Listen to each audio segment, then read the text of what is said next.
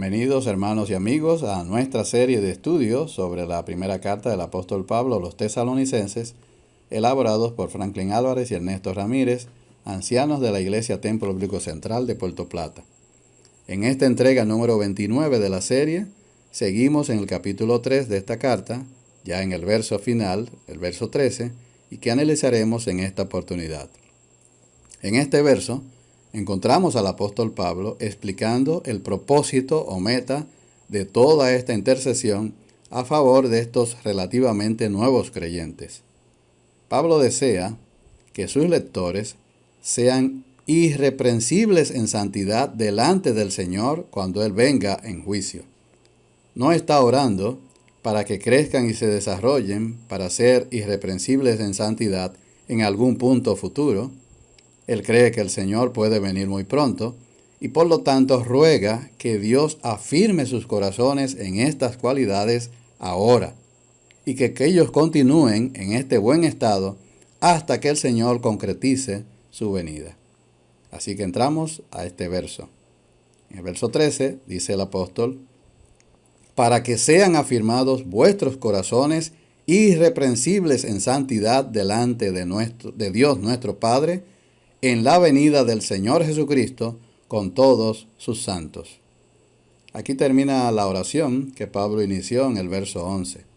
Notemos, hermanos, en toda esta carta, el énfasis de Pablo en la oración por los nuevos conversos, porque estos eran realmente los destinatarios de esta carta, sus hermanos tesalonicenses, nuevos creyentes.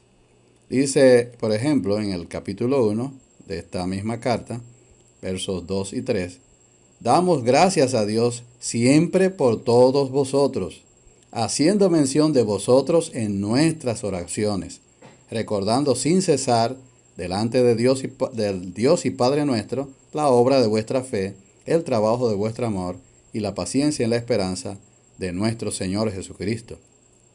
O en el capítulo 3, versos 9 y 10. ¿Qué acción de gracias podremos dar a Dios por vosotros?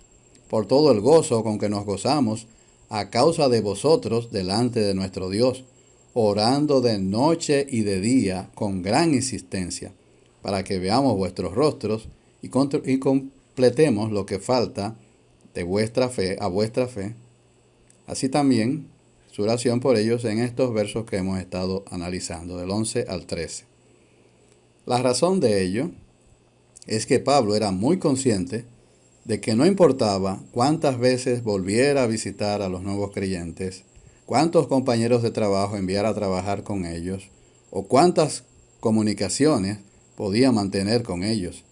Solo el Espíritu Santo podría lograr su crecimiento espiritual. Dios, a través de su Espíritu, tenía que aplicar las verdades de las Escrituras a sus vidas y hacer que también la comprendieran. Así es que Pablo veía sus oraciones dirigidas a lograr este fin de aplicación y comprensión de las Escrituras mediante el Espíritu Santo, como una parte esencial de su labor de seguimiento. Y comienza el apóstol, el verso 13, con el término para, del griego eis, una preposición de propósito que marca la conclusión de la petición de los versos anteriores.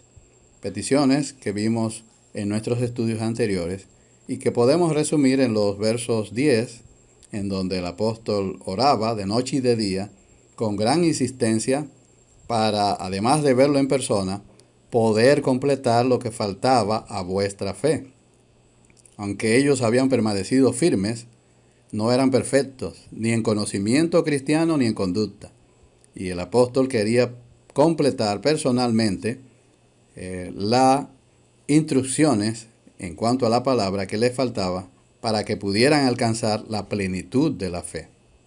Aún por fuerte que fuera su deseo y persistencia de hacerlo personalmente, el apóstol reconocía que estaba supeditado todo a la soberana voluntad de Dios. Dice él: mas el mismo Dios y Padre nuestro y nuestro Señor Jesucristo dirija nuestro camino a vosotros. Verso 11. Y el verso 12 también, donde oraba para que el Señor les hiciera crecer y abundar en amor unos para con otros y para con todos. Pedía para ellos el amor que solo el Señor puede otorgar, el amor ágape. Un amor que cuando controla el Espíritu Santo la vida del creyente, será siempre creciente y abundante para con otros cristianos y para con todos los que no lo son. Y los tesalonicenses perfectamente podían repetir el mismo modelo que habían experimentado a través del amor mostrado por Pablo y sus compañeros para con ellos, como también lo hacemos nosotros para con vosotros, le decía el apóstol. En este verso 13, con esta preposición de propósito, para, Pablo introduce una declaración de la meta u objetivo a alcanzar, es decir, el resultado contemplado. El versículo, por lo tanto, no se lee como otra solicitud, sino literalmente como la meta, para que sean afirmados vuestros corazones. Fijémonos bien, hermanos, que el apóstol no está pidiendo porque cesen las persecuciones, que bastante habían, ni está preocupado por la salud física de los hermanos, que bastantes riesgos estaban corriendo, ni por ningún otro motivo material. Le interesaba la salud espiritual de ellos, que sus corazones fuesen fortalecidos y mantenidos irreprensibles en santidad. El Señor trabajaría a través de su creciente amor ágape para fortalecerlos, hacerlos firmes y sólidos en su carácter cristiano. Para ello, dice el apóstol, enviamos a Timoteo para fortalecerlos y exhortarlos respecto a vuestra fe. Solo cuando Cristo desarrolle en ellos la necesaria estabilidad espiritual interna, podrían ellos mantenerse firmes e inmovibles a través de lo que les pudiera deparar el futuro. Timoteo había sido enviado a Tesalónica para ayudar a fortalecerlos y a alentarlos. Pero esta oración es un recordatorio de que, por muy útiles que sean los ministerios de los siervos del Señor, es el Señor mismo quien debe trabajar para producir la estabilidad espiritual interior en cada creyente. Para, continúa el apóstol, que sean afirmados vuestros corazones. William Barclay escribe que el término griego esterizo, traducido afirmado, significa hacer tan sólido como el granito. El sufrimiento del cuerpo y la tristeza del corazón hacen una de dos cosas en un hombre. O lo hacen colapsar o lo dejan con una solidez de carácter que nunca podría haber ganado de otra manera. Si los tesalonicenses se mantenían confiados continuamente en Cristo, saldrían como el acero endurecido que se ha templado por el fuego, dice Barclay. Afirmados vuestros corazones. Corazón, del griego cardia, no se refiere al órgano físico, sino que siempre se usa figurativamente en las Escrituras para referirse al asiento y al centro de la vida humana. El corazón es el centro de la personalidad y controla el intelecto, las emociones y la voluntad. Es especialmente, nos dice la palabra de Dios, el asiento del Espíritu Santo. En Gálatas 4:6 dice, y por cuanto sois hijos, Dios envió a vuestros corazones el Espíritu de su Hijo, el cual clama, Abba, Padre. Igualmente en Romanos 5:5. Y la esperanza no avergüenza, porque el amor de Dios ha sido derramado en nuestros corazones por el Espíritu Santo que nos fue dado. Es también el corazón el asiento de la fe. Nos dice en Romanos 10:8 y 9. Esta es la palabra de fe que predicamos, que si confesares con tu boca que Jesús es el Señor, y creyeres en tu corazón que Dios le levantó de los muertos, serás salvo. Y es el órgano de la alabanza espiritual. Nos dice en Colosenses 3:16, la palabra de Cristo mora en abundancia en vosotros, enseñándoos y exhortándoos unos a otros en toda sabiduría, cantando con gracia en vuestros corazones al Señor, con salmos e himnos y cánticos espirituales. Ninguna obediencia externa es del más mínimo valor a menos que provenga de un corazón plenamente comprometido con Dios. Sigue diciendo el apóstol, para que sean afirmados vuestros corazones irreprensibles, del griego amentos, de sin, y mentomai, defecto. Ya vimos el significado de esta palabra en el capítulo 2, verso 10. Vosotros sois testigos, y Dios también, de cuán santa, justa e irreprensiblemente nos comportamos con vosotros, los creyentes. Pero como regla general, cuando algo se repite en la Biblia, hay que prestarle la mayor atención. Amentos significa irreprochable, impecable, sin defectos ni imperfecciones, y por lo tanto describe no poder encontrar fallas en alguien o en algo, no ser culpable ni por omisión ni por comisión, por encima de todo reproche, moralmente puro. Dice John MacArthur que irreprensible no puede referirse a la perfección sin pecado, porque en ese caso nadie estaría calificado para el oficio de pastor. Más bien, es un estándar alto y maduro que habla de ser un ejemplo constante.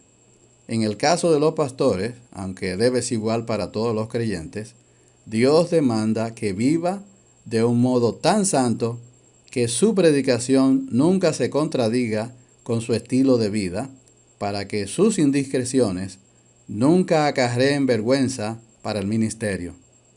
Irreprensible es la cualidad principal del pastor, dice él en el libro Ministerio Pastoral, página 114. Dios, hablando con Satanás, da un asombroso testimonio de Job cuando dice en Job 1:8, ¿no has considerado a mi siervo Job, que no hay otro como él en la tierra, varón perfecto y recto, temeroso de Dios y apartado del mal? La Septuaginta, que es la traducción al griego de la Biblia hebrea, usa para traducir perfecto el término amentos. Por lo tanto, Jehová afirma que Job era intachable. Cuando Jehová habla con Abraham, le ratifica el pacto y le cambia su nombre por el de Abraham, que significa padre de multitud. Entre otras cosas, también le dijo en Génesis 17:1, yo soy el Dios Todopoderoso. Anda delante de mí y sé perfecto. Perfecto, del hebreo tamín, igualmente traducido al griego amentos. Pablo quería que los tesalonicenses fueran amentos, intachables, irreprensibles. Irreprensibles, dice él, en santidad. La demanda de santidad se basa en el hecho de que, en virtud de su aceptación de la obra expiatoria de Cristo, el creyente ha sido separado del mundo y apartado como perteneciente a Dios. Lo que está dedicado a Dios debe ser separado del pecado.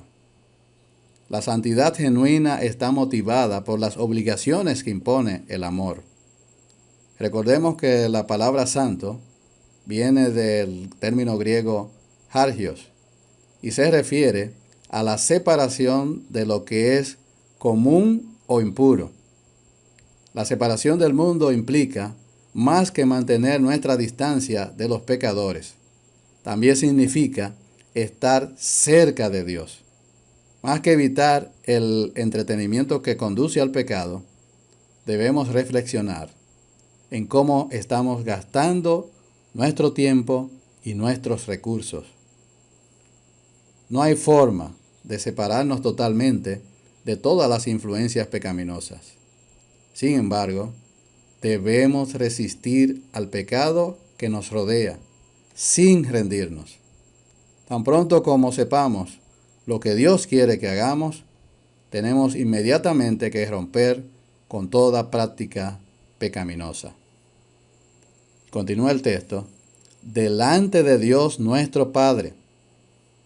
Esta frase elimina esta santidad del ámbito de la evaluación humana, falible e imperfecta, y la eleva a la presencia misma de Dios, que también es nuestro Padre. El cristiano siempre debe preocuparse por la evaluación que Dios, nuestro Padre, hará de nuestro carácter. Nuestra santidad de carácter y conducta se deriva de Él y será siempre probada por Él. Estos grandes atributos que debemos buscar en oración en esta vida tendrán su plena realización en la venida de nuestro Señor Jesucristo. Y así finaliza precisamente el apóstol. En la venida de nuestro Señor Jesucristo con todos sus santos. William MacDonald dice, comentando este verso, y cito, la venida de Cristo tiene varias etapas o fases, un comienzo, un curso, una manifestación y una culminación. Es la tercera fase la que aparece en el verso 13, la venida de nuestro Señor Jesucristo con todos sus santos. El tribunal de Cristo habrá ya tenido su sesión en el cielo, ya se habrán dado las recompensas, pero estas recompensas serán manifestadas a todos cuando el Salvador vuelva a la tierra como el Rey de Reyes y Señor de Señores. Qué pena, hermanos, que las enseñanzas de estas cosas prácticamente han desaparecido de los púlpitos de las iglesias. Qué enorme pena que los hermanos muestren mayor deseo de que acabe esta pandemia que de la venida de nuestro Señor. Qué pena que los cristianos aprecian más los mensajes motivacionales, pero no les llaman la atención los proféticos. Qué lamentable es que en medio de los cientos de oraciones pidiendo por los enfermos y por asuntos materiales, muy de cuando en cuando alguien pide, sin mucho entusiasmo, por el regreso de nuestro Señor. Señor, despiértanos. ¿Cuánta razón tenía A.W. Tozer cuando decía, pasamos por la vida pensando que estamos despiertos, solo para descubrir que no lo estamos? Estamos caminando sonámbulos, ajenos a la presencia de Dios, que seguramente está aquí. Te rogamos encarecidamente, despiértanos, Señor. Es digno de que se le preste la mayor atención al hecho de que cada capítulo de esta epístola termina con una referencia al regreso de Jesucristo. Y tal como en esta sesión, esta gran verdad se aplica para motivar a la iglesia a estar expectante en su vida diaria. El inminente regreso del Señor es una evidencia de salvación. Nos dice en capítulo 1, versos 9 y 10, porque ellos mismos cuentan de nosotros la manera en que nos recibisteis y cómo os convertisteis de los ídolos a Dios para servir al Dios vivo y verdadero y esperar de los cielos a su Hijo, al cual resucitó de los muertos, a Jesús, quien nos libra de la ira venidera. Es una motivación también para ganar almas. Capítulo 2, verso 19. Porque, ¿cuál es nuestra esperanza, o gozo, o corona de que me gloríe? ¿No lo sois vosotros delante de nuestro Señor Jesucristo en su venida? Es un estímulo para la vida santa. capítulo 3, versos 12 al 13. Y el Señor os haga crecer y abundar en amor, unos para con otros y para con todos, como también lo hacemos nosotros para con vosotros, para que sean afirmados vuestros corazones irreprensibles en santidad delante de Dios nuestro Padre, en la venida de nuestro Señor Jesucristo con todos sus santos. Es un consuelo también en el dolor por la partida de creyentes muy amados. Nos dice en el capítulo 4, versos 13 al 18, para que no os entristezcáis como los otros que no tienen esperanza. Por lo cual os decimos esto en palabra del Señor, que nosotros que vivimos, que habremos quedado hasta la venida del Señor, no precederemos a los que durmieron.